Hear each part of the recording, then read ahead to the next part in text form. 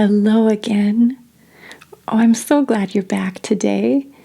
I'm excited to decorate, sing, and share another story with you, and I hope you're excited for that too. Well, you know you're just in time to help me put the next ornament on our Christmas tree from our Advent calendar. So should we find out what it is? December 20th, that's today already. Oh, wow! It's this beautiful, sparkly, colorful piñata. Isn't that pretty? And you know, piñatas are common in Mexico, but the tradition has an interesting history. It came to Mexico from Spain, but merged with similar traditions of the Mayans and Aztecs. And the Spanish got their piñatas from Italy, which got them from China. Piñatas have really been all over the world. Well, let's put our piñata on the tree.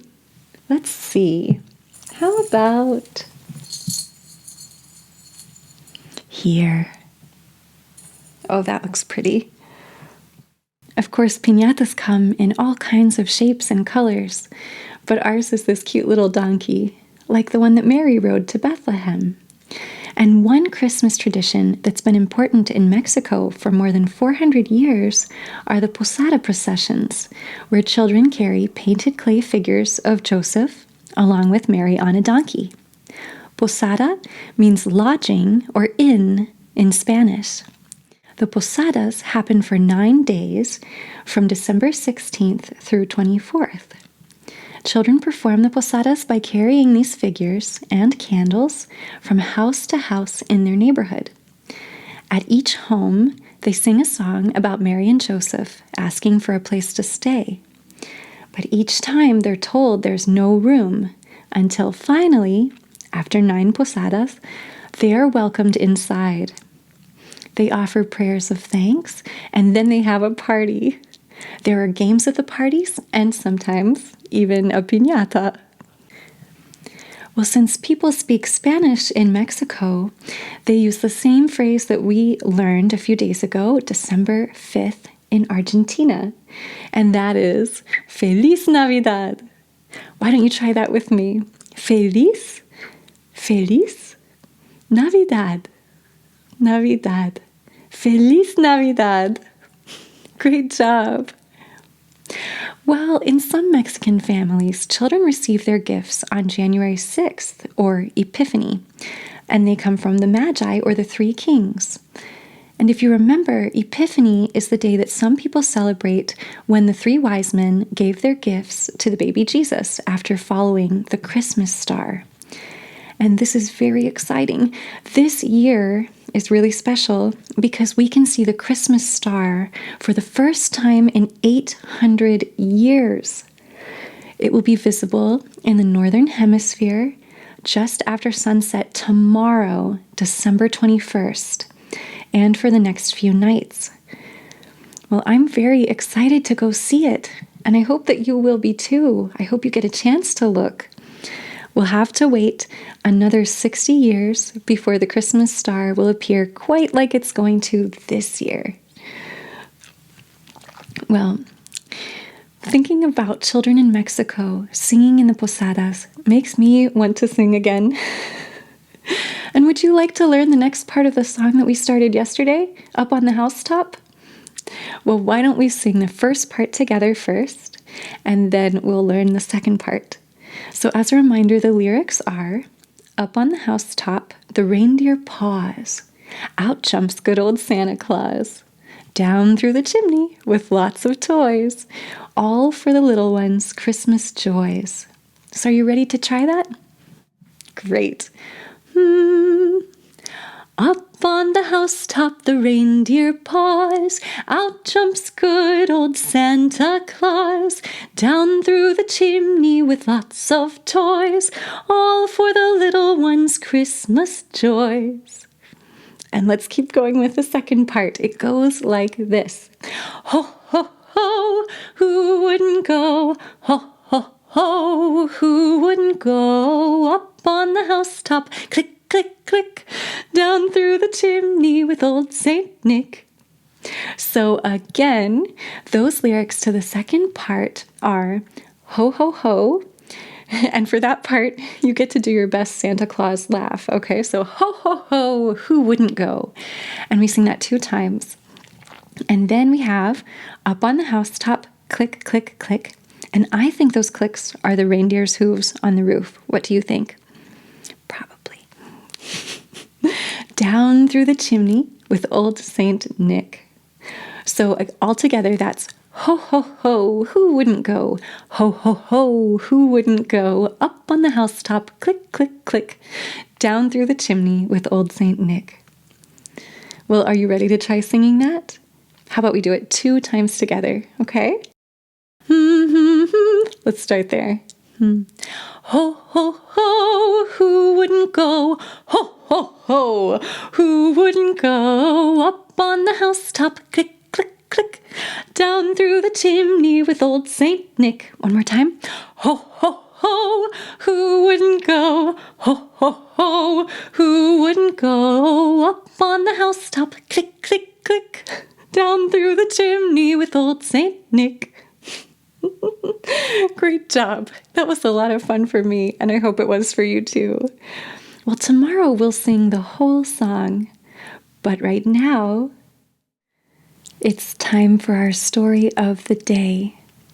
And today we are finishing the story we've been reading for the past 2 days, called Little Gretchen and the Wooden Shoe by Elizabeth Harrison. And if you've missed any of that, you can go back and watch the past 2 days' videos, okay? That's from December 18th and 19th. But as a reminder, we met little Gretchen, who's a very sweet and happy child, and her granny. And they live in a small little cottage at the edge of the forest, about a half a mile from their town. And they're very poor. And Gretchen has seen that some other children will be getting toys and nice things for Christmas. And she's hopeful that maybe she'll have something too. But Granny has told her that they're too poor to be able to have Christmas toys.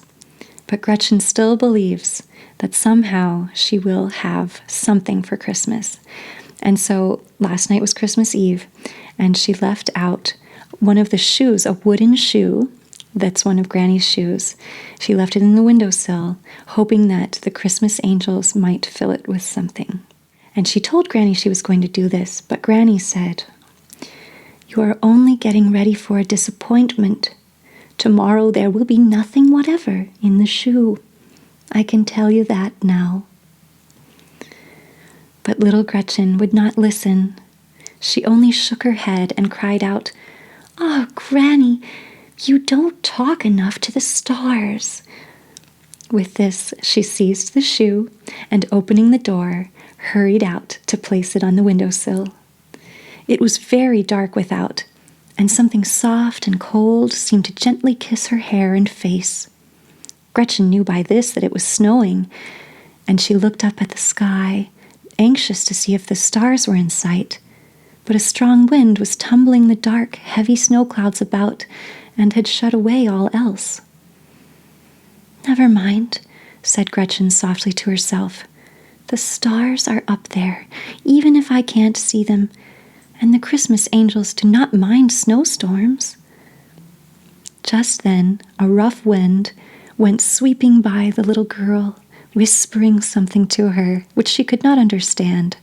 And then it made a sudden rush up to the snow clouds and parted them, so that the deep, mysterious sky appeared beyond, and shining down out of the midst of it was Gretchen's favorite star. "Ah, little star," said the child, laughing aloud. "I knew you were there, though I couldn't see you. Will you whisper to the Christmas angels as they come by that little Gretchen wants so very much to have a Christmas gift tomorrow morning, if they have one to spare, and that she has put one of Granny's shoes upon the windowsill, ready for it?" A moment more, and the little girl, standing on tiptoe, had reached the windowsill and placed the shoe upon it, and was back again inside the house, beside Granny and the warm fire. The two went quietly to bed, and that night, as little Gretchen knelt to pray to the Heavenly Father, she thanked him for having sent the Christ child into the world to teach all mankind how to be loving and unselfish. And in a few moments, she was quietly sleeping, dreaming of the Christmas angels. The next morning, very early, even before the sun was up, little Gretchen was awakened by the sound of sweet music coming from the village. She listened for a moment, and then she knew that the choir boys were singing the Christmas carols in the open air of the village street. She sprang up out of bed and began to dress herself as quickly as possible, singing as she dressed. While Granny was slowly putting on her clothes, little Gretchen, having finished dressing herself, unfastened the door and hurried out to see what the Christmas angels had left in the old wooden shoe. The white snow covered everything: trees, stumps, roads, and pastures, until the whole world looked like fairyland. Gretchen climbed up on a large stone, which was beneath the window, and carefully lifted down the wooden shoe. The snow tumbled off of it in a shower over the little girl's hands, but she did not heed that. She ran hurriedly back into the house, putting her hand into the toe of the shoe as she ran. "Oh, Granny! Oh, Granny!" she exclaimed. "You didn't believe the Christmas angels would think about us, but see, they have! They have! Here is a dear little bird nestled down in the toe of your shoe. Oh, isn't he beautiful?" Granny came forward and looked at what the child was holding lovingly in her hand. There she saw a tiny chickadee, whose wing was evidently broken by the rough and boisterous winds of the night before, and who had taken shelter in the safe, dry toe of the old wooden shoe. She gently took the little bird out of Gretchen's hands and skillfully bound his broken wing to his side, so that he need not hurt himself by trying to fly with it. Then she showed Gretchen how to make a nice warm nest for the little stranger, close beside the fire. And when their breakfast was ready, she let Gretchen feed the little bird with a few moist crumbs. Later in the day, Gretchen carried the fresh green boughs to the old sick man by the mill, and on her way home, stopped to see and enjoy the Christmas toys of some other children whom she knew, never once wishing that they were hers. When she reached home, she found that the little bird had gone to sleep. Soon, however, he opened his eyes and stretched his head up, saying, just as plain as a bird could say, "Now, my friends, I want you to give me something more to eat." Gretchen gladly fed him, and then, holding him in her lap, she softly and gently stroked his gray feathers until the little creature seemed to lose all fear of her. That evening, Granny taught her a Christmas hymn and told her another beautiful Christmas story. Then Gretchen made up a funny little story to tell the birdie. He winked his eyes and turned his head from side to side in such a droll fashion that Gretchen laughed until the tears came.